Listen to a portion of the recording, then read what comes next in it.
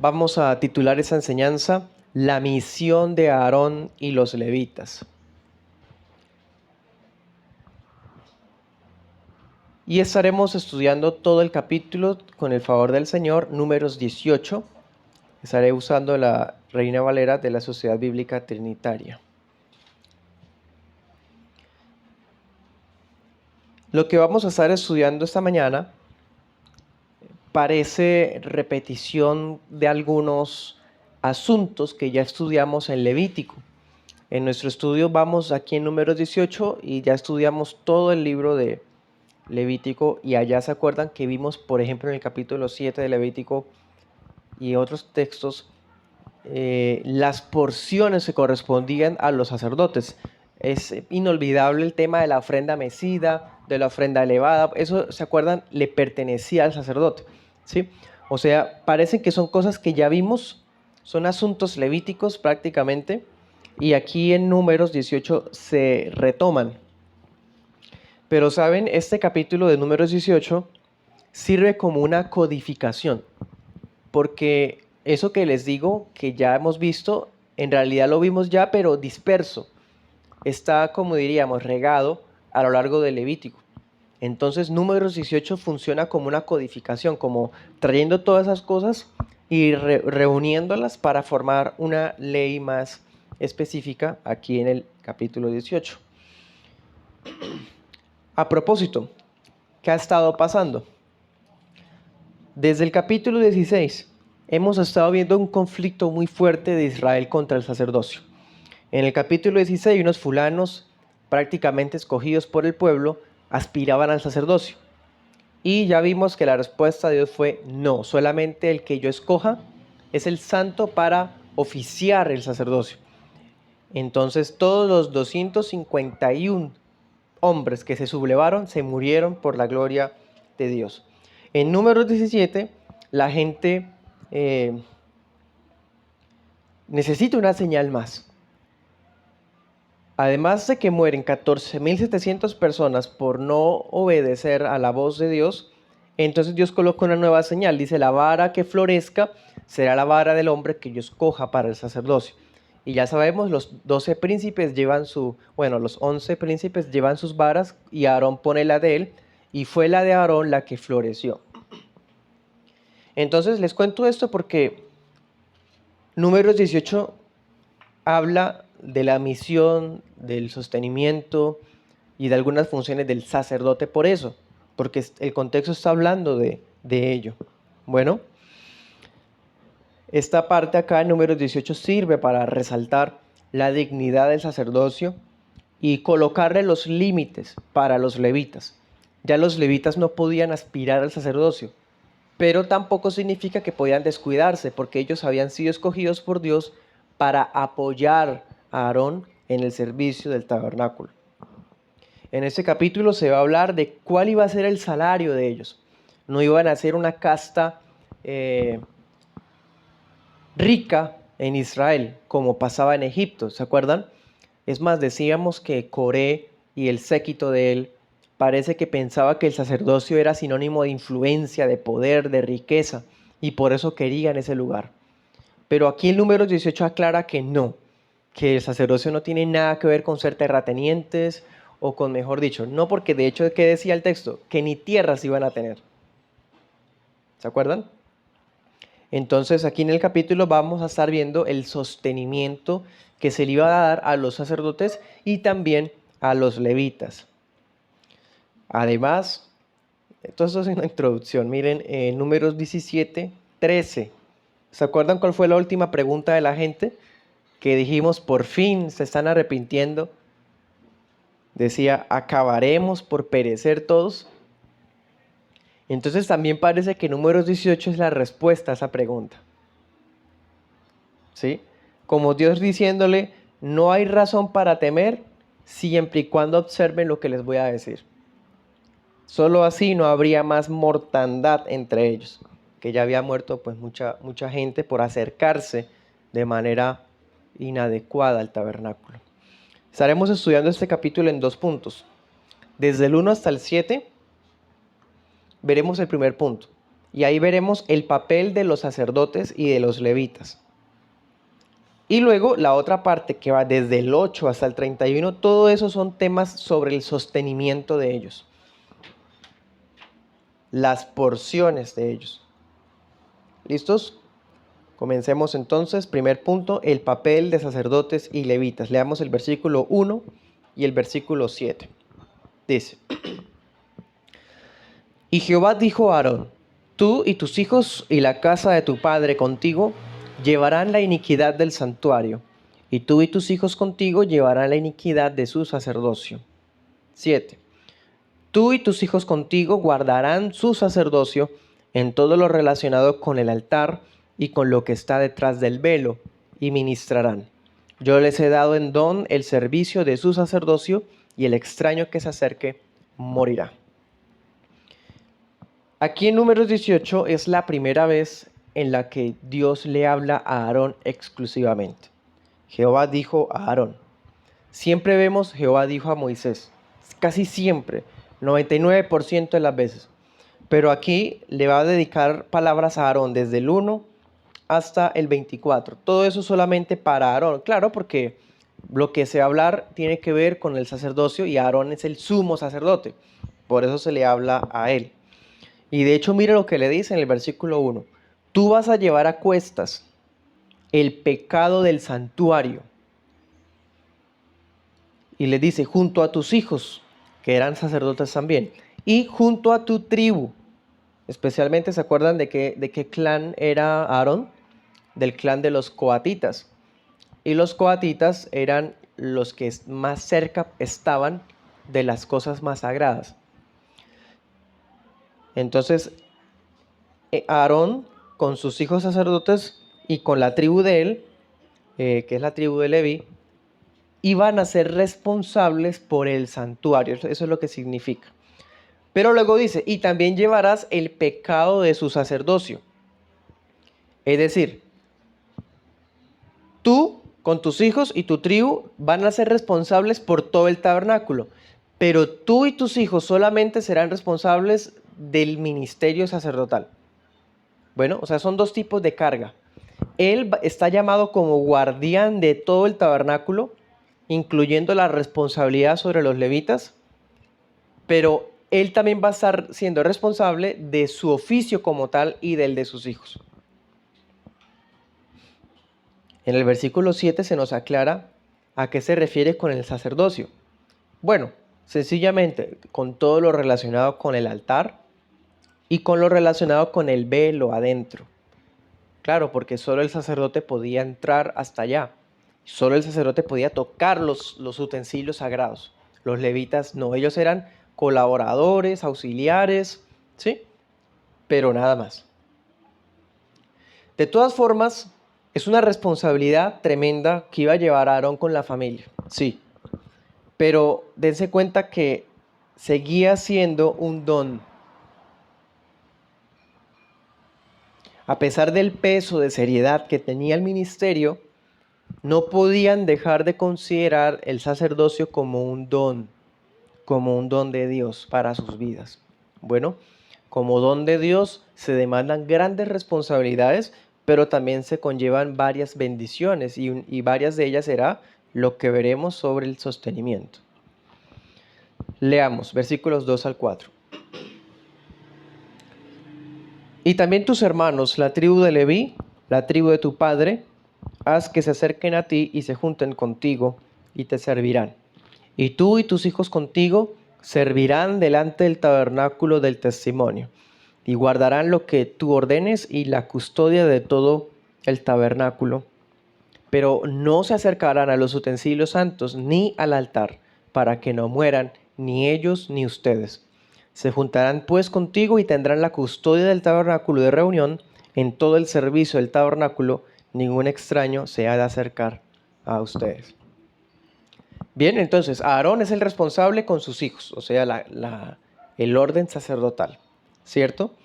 Pero él también va a tener a cargo a la tribu, que son los levitas, ¿sí? ¿Qué les corresponde a los levitas hacer?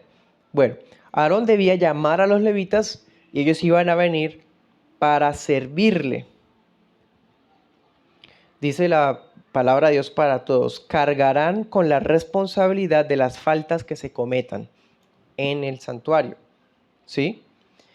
¿Qué debían hacer los levitas entonces? Acatar las órdenes de Aarón en lo concerniente a la custodia del tabernáculo. Dice esa versión, el trabajo pesado.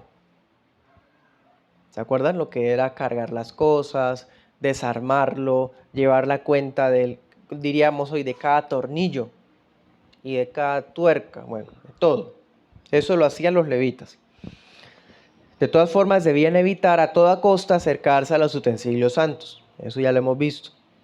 No podían acercarse al altar, porque esas cosas sí le competían solo a los sacerdotes. Es más, le dicen, si ustedes, mejor dicho, si ellos se acercan a esas cosas sagradas, morirán. Y lo tremendo del asunto es que dice que en el versículo 3, morirán tanto los levitas como ustedes, los sacerdotes. Bueno, recordemos algunas funciones de los levitas. Números 4, 15. Este tema ya lo vimos en su momento. Números 4, 15. Dice, cuando acaben a Aarón y sus hijos de cubrir el santuario y todos los utensilios del santuario, cuando el campamento se haya de mudar, vendrán después de ello los hijos de Coat para llevarlos, pero no tocarán cosa santa porque morirán. ¿Se dan cuenta? Estas cosas serán las cargas de los hijos de Coat en el tabernáculo de reunión. Y ahí puse seguir leyendo hasta el versículo 20. Ahí está lo que debían hacer. ¿Sí? ¿Qué otra misión tenían los levitas? Bueno, no permitir que nadie que no fuera de la tribu de Leví se acercara al tabernáculo. Como se dan cuenta, no es que no pudiera venir un extranjero, no era cualquiera, y hasta los israelitas no podían acercarse, solamente levitas. Lo contrario, pues tendría que pagar pena de muerte. Versículos 5 y 6. Volvamos al texto principal. Y tendrán la custodia del santuario y la custodia del altar, para que no venga más la ira sobre los hijos de Israel, porque aquí yo he tomado a sus hermanos los levitas de entre los hijos de Israel, dados a ustedes en don de Jehová, para que sirvan en el ministerio del tabernáculo de reunión. Bueno, entonces Aarón tiene cuidado del altar y del santuario, pero cuenta con el apoyo de sus hijos y de su tribu. Todo esto va a beneficiar al pueblo, dice, para que no venga más la ira sobre los israelitas. La ira de Dios ha venido varias veces a este pueblo, han murmurado, se han sublevado, se han rebelado y han muerto miles de personas. Entonces ellos habían dicho, ¿acaso pereceremos todos? Dios le dice, no, no van a perecer todos, siempre y cuando acaten esto, que no se acerque ningún extraño al tabernáculo. ¿Sí? Entonces, si Aarón y los levitas cumplían sus funciones bien, entonces no iba a haber más muerte entre la gente. Y luego Dios recuerda que Él había escogido a los levitas de entre los israelitas y se los había entregado a Aarón como si ellos fueran un don de Jehová para que le sirvieran. ¿Sí? Leamos Números 3, 5. Allá también ya se había visto un poco más de este tema. Números 3, 5.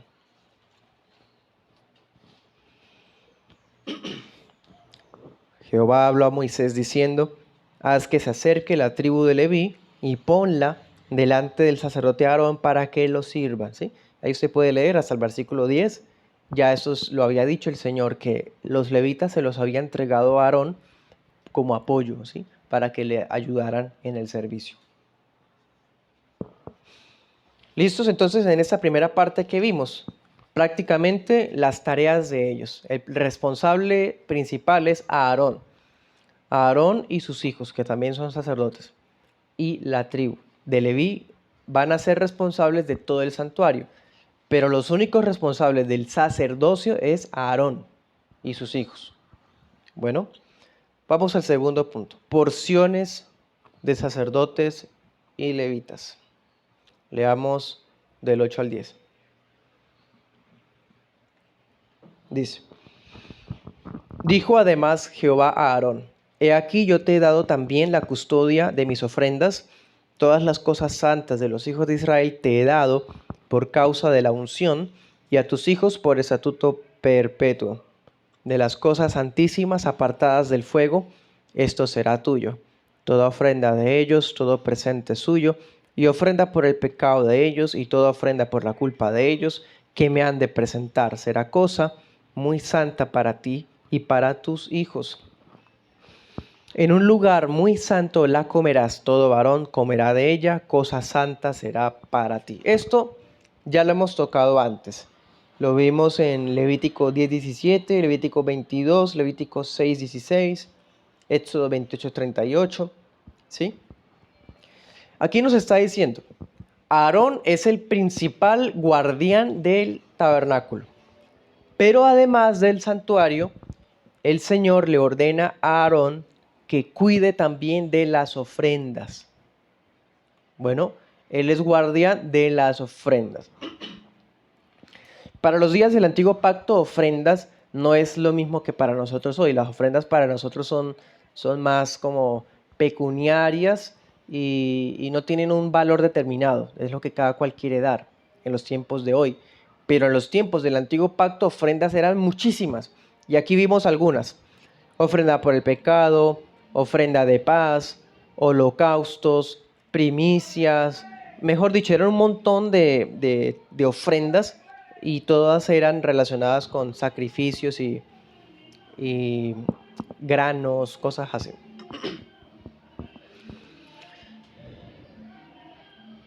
Ellos iban a estar encargados, a Aarón, de las ofrendas y de las cosas que la gente consagrara a Dios, ¿sí? Dice, en virtud de la unción. Claro, los que habían sido ungidos eran ellos, y como tenían la unción, el sacerdote y sus hijos, pues ellos eran los encargados de cuidarlas. Ahora, ellos son los guardianes de las ofrendas, pero como recompensa por su servicio, ellos podían tomar una porción de esas ofrendas. Y dense cuenta lo que dice el versículo 9. La ofrenda por el pecado y la ofrenda por la culpa de los israelitas serán tuyas. ¿Sí? O sea, la gente viene a ofrecer un sacrificio por su pecado, por ejemplo, y ese sacrificio la persona lo hacía para pedir perdón a Dios. Pero como era un animal que se sacrificaba, se tomaba la mejor parte y esa la podía comer el sacerdote. Esos temas también ya los vimos en Levítico. Entonces este era como el salario de él, que de la ofrenda que traía la gente, él podía extraer para su propio sostenimiento. ¿Sí? La única condición, ¿cuál es? Que debían comerla en el santuario. Claro, como es alimentos muy santos, porque son de sacrificios por el pecado, entonces si querían comer de esas ofrendas, tenían que comérsela adentro del tabernáculo. No podían sacarla, voy a guardar esto para llevarle a mi hijo, o vino a visitarme el primo. No, era solamente para ellos, estas, ¿no? Por el pecado y por la culpa. Leamos ahora versículos del 11 al 14. Esto también será tuyo, la ofrenda elevada de sus dones y todas las ofrendas mecidas de los hijos de Israel, te las he dado a ti y a tus hijos y a tus hijas contigo. Por estatuto perpetuo, todo el que esté limpio en tu casa comerá de ellas.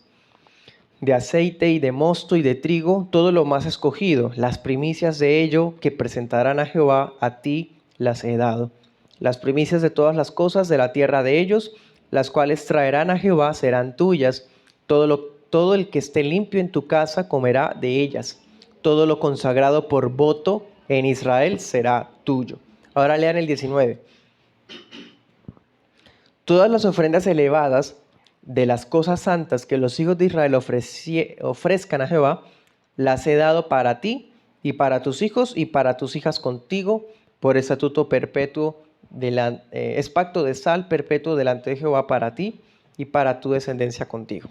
Bien, ahorita que vimos, las ofrendas por el pecado y por la culpa eran exclusivamente el sacerdote que estaba ministrando en el tabernáculo, no podía comer por fuera de ahí. Pero hay otros tipos de ofrendas que también él tenía derecho de tomar de ahí, y esas sí podía compartirlas con su familia, ¿sí? Con las mujeres de la tribu, las solteras, las hijas, ¿sí? ¿Y cuáles son? Las ofrendas de oblación, las que vimos hace poco, las que son de cereales y vegetales. Las ofrendas elevadas, las ofrendas mecidas, ¿sí? El aceite, el mosto, el trigo, las primicias, las ofrendas que la gente traía para cumplir una promesa, ¿sí? Estas cosas él las recibía y él podía llevárselas a la familia, ¿sí? O sea, ahí ya tenía garantizado también el sostenimiento para el hogar y la familia. Leamos Deuteronomio 18, del 1 al 5.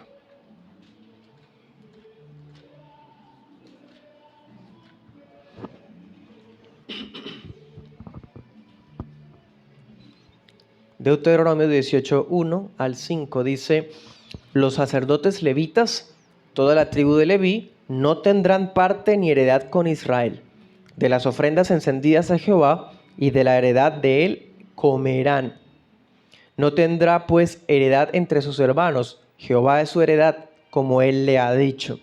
Y este será el derecho de los sacerdotes de parte del pueblo, de los que ofrezcan en sacrificio buey o cordero. Darán al sacerdote la pierna y las quijadas y el cuajar, las primicias de tu grano, de tu vino, de tu aceite, las primicias de la lana, de tus ovejas le darás. Porque lo ha escogido Jehová tu Dios de todas tus tribus, para que esté ministrando en el nombre de Jehová, él y sus hijos para siempre. ¿Ven? Se reitera. Los levitas y los sacerdotes iban a tener a Dios como su heredad, pero los sacerdotes especialmente iban a tener derecho de tomar de las ofrendas que la gente traía al tabernáculo. ¿Cuáles? Las primicias, los votos, las ofrendas por el pecado, en fin. Bien. Y no es que la gente trajera y ellos terminaran comiéndose todo, ¿no? Porque igual había que quemar en el altar casi que la mayoría del cuerpo del animal. Lo que se extraía, ¿qué era? ¿Qué decía ahí? La pierna, el cuájar, el pecho, sí, las partes como más suculentas y saludables eran las que ellos podían comerse. Bueno, volvamos al texto de Números. Números 18.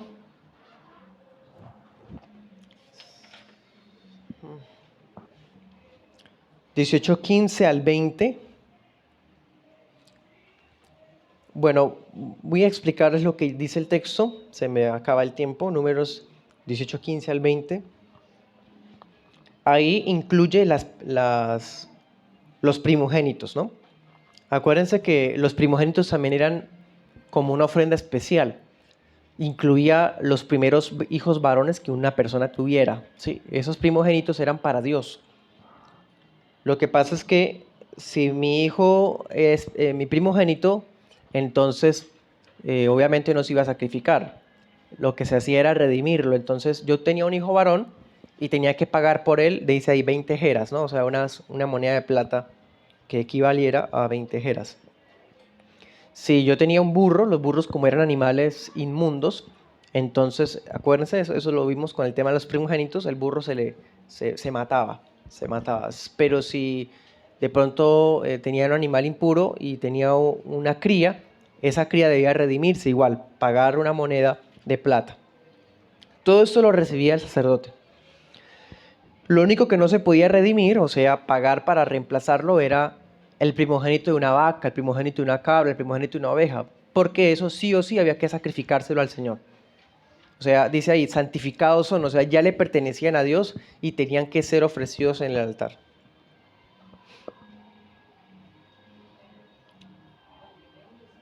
Y en el versículo 20, pues se cierra la idea, ¿no? Ellos no van a tener tierra porque la heredad de Aarón seré yo, dice el Señor. Eso lo vimos ahorita en Deuteronomio 18, del 1 al 2. Bueno, ahora la otra parte que va desde el 21 hasta el 31, esta parte final, del 21 al 31, habla de los levitas. ¿Qué vimos? En la primera parte, la misión de Aarón. Él es guardián ¿de qué? Del santuario y ¿de qué más? Y de las ofrendas. Debido a que él está sirviendo a Dios en el altar, él tiene derecho a recibir su sostenimiento de las cosas del altar. Entonces, la ofrenda por el pecado y la ofrenda por la culpa solamente pueden comerla él y los sacerdotes, no más. Pero lo demás, lo que son primicias, votos,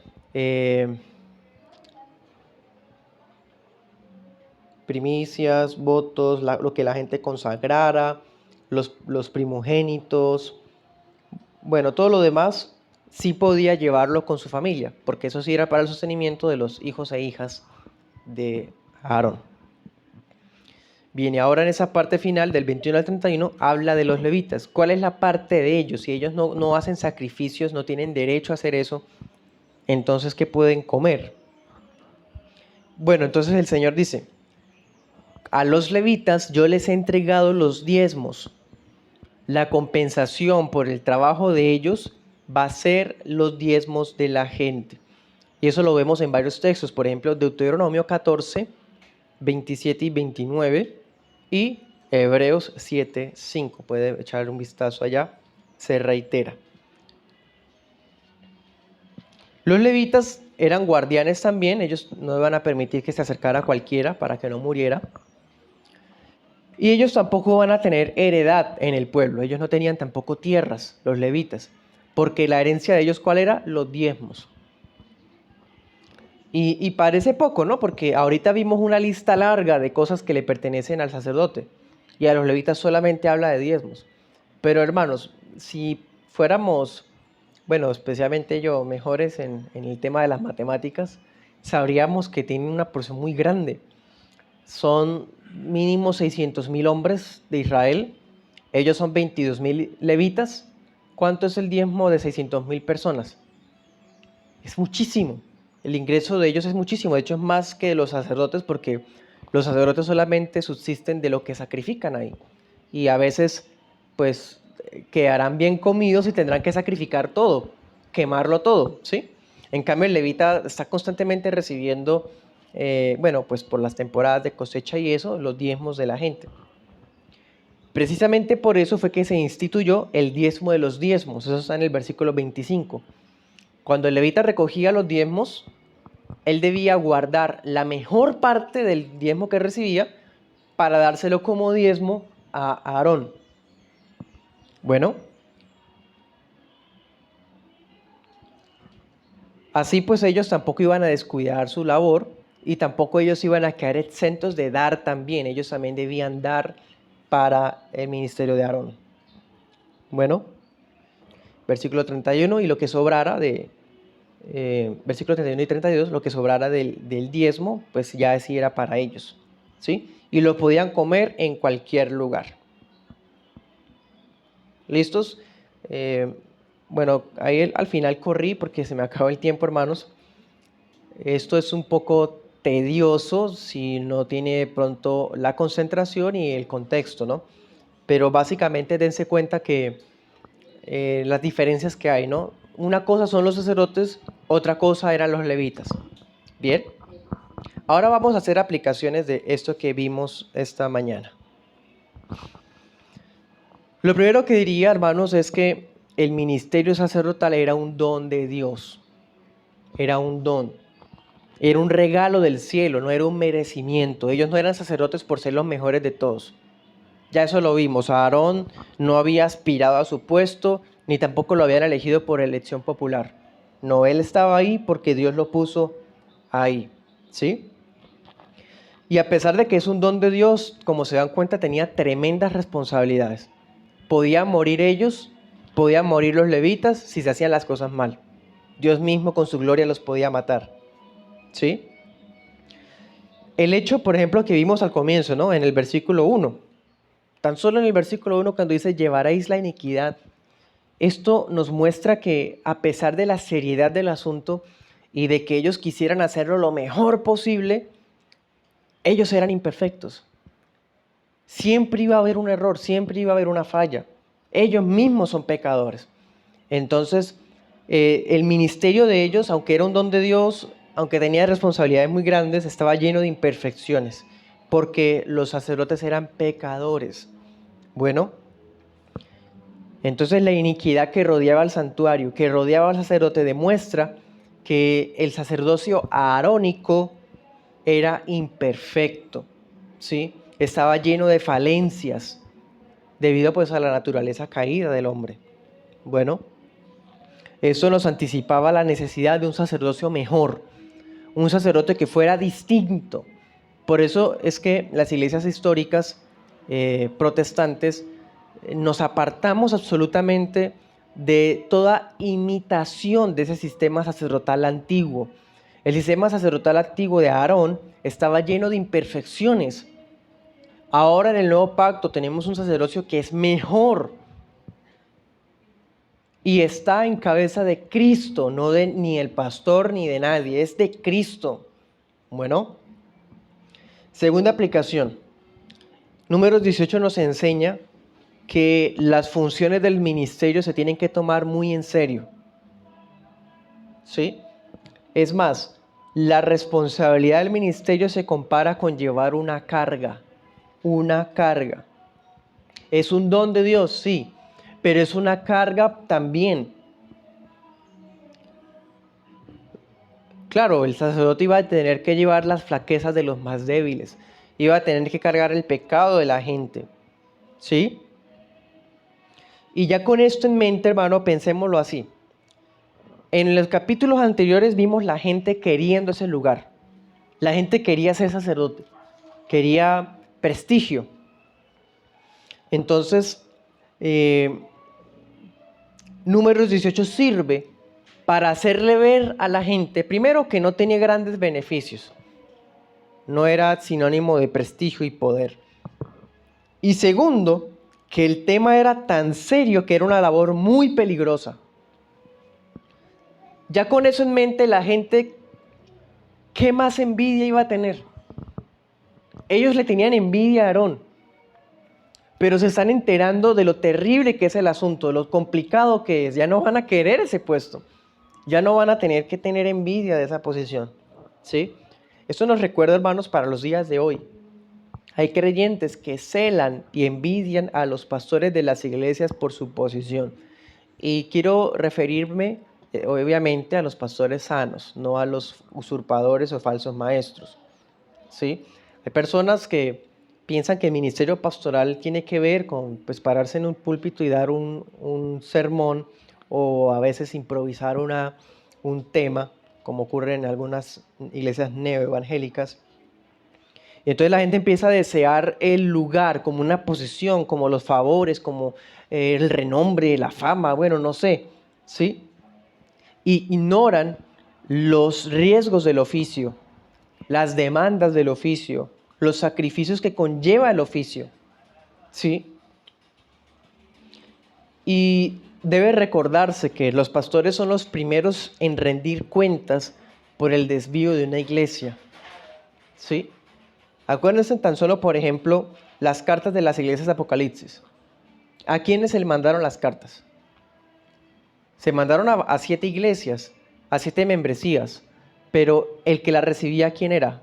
Dice, dile al ángel de la iglesia tal, ¿sí? O sea, el pastor de cada iglesia local era el primer responsable y le decía, tengo algo contra ti, tal cosa, ¿sí? Él era el primero en rendir cuentas por la iglesia local. Entonces, el ministerio pastoral actual es algo hermoso, también es un don de Dios, pero también es una carga, ¿sí?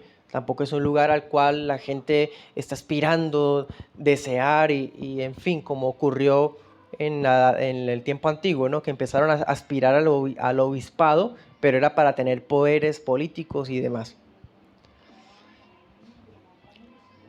Otro paralelo que podíamos ver con el pastorado acá es que los pastores hoy también son guardianes. Hoy no tenemos altar, hoy no tenemos utensilios sagrados, pero igual tenemos ordenanzas, tenemos una liturgia bíblica, tenemos un mensaje que predicar que tiene que ser fiel. Entonces el pastor es guardián del tabernáculo en ese sentido, de la iglesia local, de que las cosas se hagan con rectitud, con pulcritud, con reverencia. Bueno, otro paralelo que podemos ver es que los pastores debemos propender a que la iglesia esté en santidad, que haya santidad. Bueno, y Dios también, en otro paralelo, es que Él sostiene a los que Él ha llamado. ¿Sí? Aarón no tenía que estar hablando temas allá en el tabernáculo, predicando, diciéndole a la gente que tiene que dar, y bueno, y los que no dan, y qué tal cosa. No, Dios le proveía. No tenía que estar diciendo ese tema. Dios le proveía. Así ocurre con los verdaderos llamados al ministerio. Dios envía su provisión, siempre, de manera fiel. Bueno, y por último, a pesar de que estoy haciéndoles ver algunos paralelos, como algunos parecidos, entonces, para ser más claro, no piensen que estoy equiparándolos, porque no es lo mismo. Los pastores no son sacerdotes y los diáconos no son levitas. Ese sistema ya no está vigente. Y como no está vigente, no existen ni primicias, ni existen los diezmos, ni existen los sacrificios por el pecado, ni los sacrificios por la culpa. Esos sistemas son del antiguo pacto. Lamentablemente muchas iglesias, hasta que afirman ser reformadas, siguen con ese sistema debido pues a la ignorancia que hay del estudio de la ley de Dios. Pero estas cosas hacen parte de figuras del antiguo pacto, modelos que ya se han superado en Cristo Jesús. Bueno, y a veces el temor, me refiero a esos hermanos de iglesias sanas que siguen practicando el tema del diezmo. Detrás de esa insistencia está el temor de que, bueno, si no se sigue pidiendo diezmo, entonces, ¿cómo va a subsistir el pastor? O sí, es un temor que es natural, pero a la vez deja ver incredulidad. Insisto, aquel a quien Dios ha llamado no lo va a desamparar. Y no necesitamos recurrir a una figura antigua para reemplazar lo que está establecido en el nuevo pacto. ¿Qué es lo que está establecido en el nuevo pacto? Solamente la Biblia en el Nuevo Testamento habla de ofrendas, no habla de nada más. ¿Sí? De las ofrendas se pueden extraer una porción para el sostenimiento del pastorado. Eso es lo que la Escritura dice, por ejemplo, en 1 Timoteo 5, 17 al 18, que los pastores que se dedican a la enseñanza son dignos de un salario doble y la iglesia es responsable de eso. Pero no por eso entonces vamos a repetir el sistema de primicias, el sistema de los diezmos, porque eso le pertenecía solo a los levitas.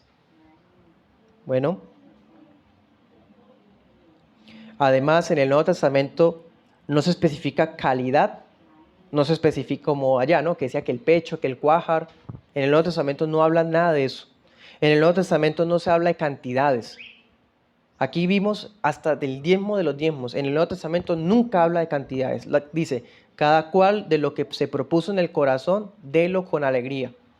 Eso es lo que dice el Nuevo Testamento. Y ya por último, no hay sacerdotes. No hay sacerdotes, aunque Roma o las iglesias ortodoxas de Oriente insistan con esa figura. No hay sacerdotes en el nuevo pacto. Los únicos sacerdotes que hay, si es que hablamos de ese término, como vimos en Pedro, somos todos los creyentes. Todos los cristianos somos sacerdotes que servimos a Dios, ¿sí?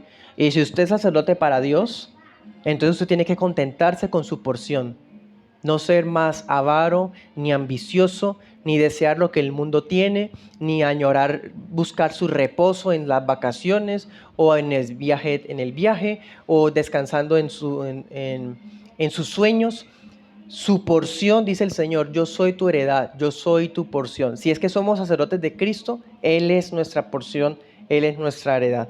Si somos satisfechos en Cristo, entonces se cumplirá la palabra que dice, todo lo puedo en Cristo que me fortalece. Seremos felices en la escasez.